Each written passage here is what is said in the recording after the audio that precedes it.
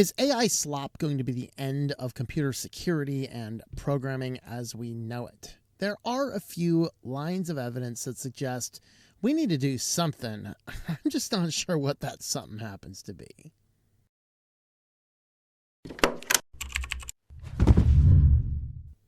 Welcome back to Switch to Linux. If you like this type of content, subscribe to the channel if you've not already done so. Leave us a like and a comment down below. And we do want to talk about the introduction of AI slop into things, ruining stuff. And to kind of start, I want to jump off with this, talk about a video that Mudahar, some ordinary gamers did yesterday. And this was an excellent video, and it's based on this one observation. So we're not going to talk in depth about the video. You should go check it out. But this is a person that posts a picture saying, check your account. Notepad is not currently available in your account. Make sure you signed in to the Microsoft Store and try again. And then there is an error code. Now, similar error codes and images in the last couple of days have also jumped up surrounding the terminal. So if you need to run PowerShell commands to fix something broken, you may not be able to do that. Also, the calculator also was one that showed up. So the terminal, Notepad, and the calculator, all applications pre-installed on Windows. And so what Mudahar mentions in this video is that this is because these are no longer EXE programs. They've been changed. Is it WEP? I forget. Not WEP. No. UDP? UDP, I think it is. It is the newer version of Windows programs that has to check against an authentication against the store. And effectively, something happened in that last big update that caused a bunch of other stuff that we talked about in our Windows Wednesday. And what happened here is that something broke in these codes, that they broke those certificates in the store, so that these pre-installed, very critical, common, basic level applications simply wouldn't work on some cases for some people. Now, why did this happen? Is this anywhere related to AI? Well, it could be, because Salty Nutella at Microslop said about a year ago, just coming up on a year ago, as much as 30% of Microsoft code is written in AI. Now, somebody had suggested that Microsoft should write all of it in AI, or was it rebuild it all in Rust? Maybe Rust with AI. Talk about the end of times there. That was just a single developer, and that idea did get shot down. But here, Salty Nutella at Microsoft does tell us that up to 30% of Microsoft code is written by AI. And it kind of goes to follow that for about the last 2 years, every single update, in fact, as we talked about it in, I think it was one of the comments on that video I mentioned there, one of the comments there had said, you know, it's actually only newsworthy when a update comes out that does not break a bunch of critical systems. And that is very true of Microsoft, because they have handed over AI into it. And I can't help but to think that how could such a critical thing be made, and that mistake could only come from the bowels of AI slop. Let's do this. It's more efficient code, and it forgot to re-update certificates or whatever it does to stop your terminal, your notepad, and your calculator from actually running. All right. Now, I, of course, commented, I don't remember if it was that one. I think it was the one based on the terminal when I saw one over there on the platform formerly known as Twitter. I had mentioned over there, yeah, just switch over to Linux. We don't need to connect to the internet to use a terminal, which is very true.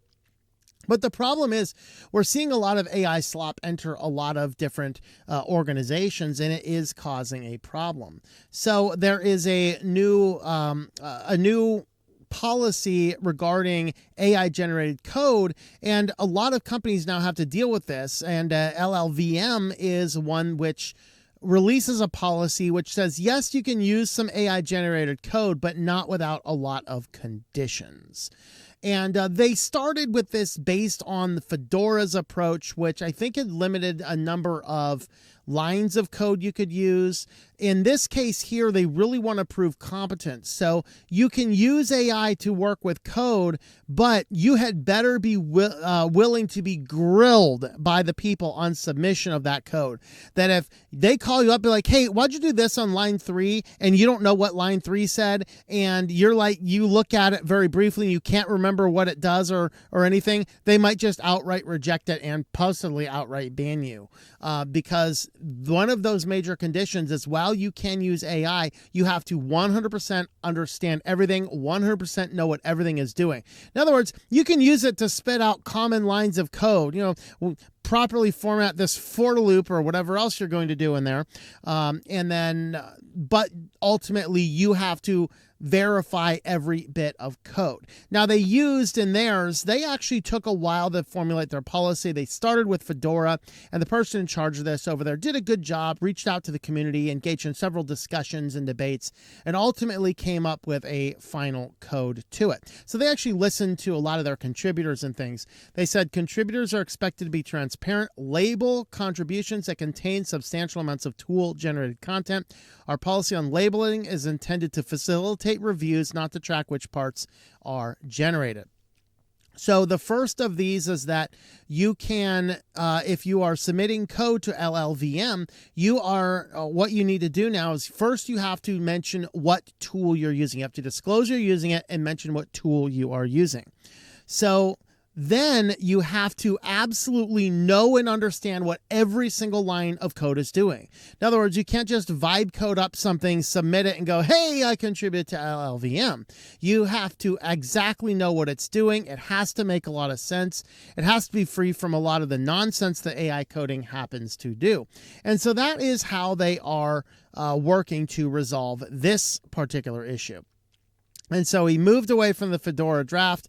They moved away from, owning the contribution of like a vague clause, which is in there. And effectively, they have a lot of guidelines for handling violations and examples of acceptable AI assisted contributions. So that's what they're doing. However, not everybody is quite so kind. cURL itself, and this is a very major critical Linux application used in a lot of build packages and accessing information, grabbing things from the internet. This is a critical application. They have simply, at the end of this month, stopping their bug bounty program. They're sick of AI slop. Now, their philosophy here is that the bug bounty program is designed to pay out people who find legitimate security vulnerabilities in the software. Not just simple bugs, but actual security vulnerabilities. And the problem is, they've already dealt with, in the very short time of 2026, they've already dealt with, at the time of this article, at least 20 contributions, which almost entirely were AI slop. And the developers are saying, we do not have the staff to deal with this. And I understand that. This is the fundamental problem with AI. AI is unleashed on the world. It's not quite good enough to use legally. I mean, it writes police reports that says that police officers were turned into frogs. I kid you not. That is actually in a police report that was generated by AI as they tried to use it. You try and use it in the law, and it just completely makes up cases because it's sycophantic and it cannot accept no as an answer. It will give you what it thinks you want to hear, and it will make up any information you want. It is unusable for that reason in a legal setting. You can't possibly set legal precedent on made up things. In medical, there's too many concerns with it. Obviously, in some cases, it can do good, but there's also reports that suggest doctors say, in fact, there was one AI medical report I saw where doctors were constantly beraged by the AI. They had to get to the point where they were just like speed disregarding everything the thing did because it was hindering their job. And I don't know about you, I do not want AI looking at all the data first and making decisions second, especially when we are in a world where AI tends to decrease our cognitive ability to do things, and we see a completed report. There is something about writing it as opposed to reviewing it. There is something to that. And I'm just not really willing to trust an AI machine to make a medical decision. So we can't use it there. Look at academics. Screen time is generally known to be detrimental for children. So serious screen time with AI is probably more detrimental to your kids, not to mention the fact that AI safeguards are overwritten. And when you put AI inside of toys, it starts talking about BDSM and other inappropriate topics for children, to the point where I think it was California is asking for a 4-year memoriam on, not saying my words right, mematorium, whatever that word is, stop. Okay, on AI inside of toys. Okay, we covered that one as well in the weekly news roundup. And so we have this situation where AI is not really good enough to be used in a lot of these settings. It is causing a lot of job loss. That's not what we're talking about here. But the one area that AI is so readily used is in scammers. You have empowered scammers to do better scams, more voracious scams, vibe coding scams. Scams are absolutely 1,000,000,000% on the rise. I made that number up, but I wouldn't be surprised if it's true, because of AI. Because it's not good enough for medicine. It's not good enough for legal purposes. It's not good enough for police protection. It's not good enough for education. It's not good enough for toys. But scammers don't need it to be good enough for those things. They just need it to be good enough to dupe you. And in this case here, what cURL's argument is, the bug bounty programs are offering money for legitimate bugs, and now they are becoming inundated with AI slop directly from Microslop. No, I just had to throw Microslop in there. They're being inundated with AI slop. Also, these people can hope that the AI stumbles on something that just makes them a lot of money. And so cURL says, we're done. We're closing down our bug bounty program. He says you can, effectively, we hope you still submit legitimate bugs. He says if you submit to us bugs through the ways that are left and it's AI slop, he says they're going to call you out, make fun of you, criticize you, ridicule you on the internet. He said they're going to do that. He said you can submit the bug reports through GitHub or through the mailing list, but they have removed all cash incentives for doing so, on the basis that all of this AI slop is just there under the hope that some hacker, scammer, moron with a chat bot is going to stumble upon something accidentally that ends up paying them out. And they're just sick of flipping through that kind of stuff. And so we're done. You can no longer get money for finding a security vulnerability in cURL. So we have one more area where AI slop has utterly destroyed.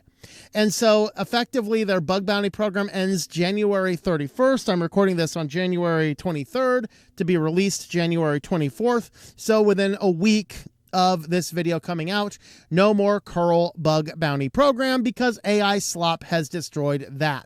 And with them coming out with such a strong stance, such a clear stance, and probably a stance that's going to work, it would not surprise me if bug bounty programs also shut down because of this type of stuff. I don't have solutions. All I can say is point out that we have a lot of fundamental problems. AI is the source of most of it. We cannot put the toothpaste back in the tube. It's here. How do we live with it?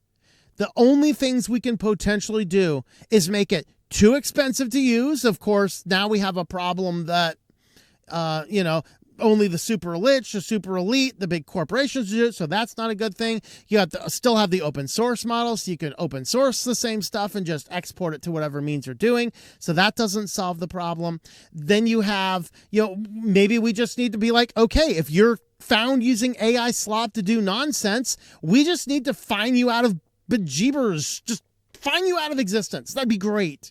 Okay, that is the type of stuff that we might need to do. But even that, not a system that would work, because now we have to define what is AI slop. What was the purpose? Were you being legitimate and just utilizing AI, or were you just like, AI, you figure it out. I'm too busy playing a video game over here or something. These are the fundamental questions we need to ask, and there's not enough people asking them, and there's not enough brakes. And the problem is we can't even put the brakes on it because there's too many other people that will not put the brakes on. And if they beat us, to some people's point, what happens? Whoever wins the AI war wins the world race. That's it. What do we do? I don't really have a lot of solutions, but right now I'm interested in the thoughts and the debate and the discussion to see what could potentially be done in this circumstance. So let me know your thoughts about all that. So let me know if you have any weird solutions and your general thoughts about this being yet another industry being destroyed by AI. Let me know your thoughts about all that in the comments down below.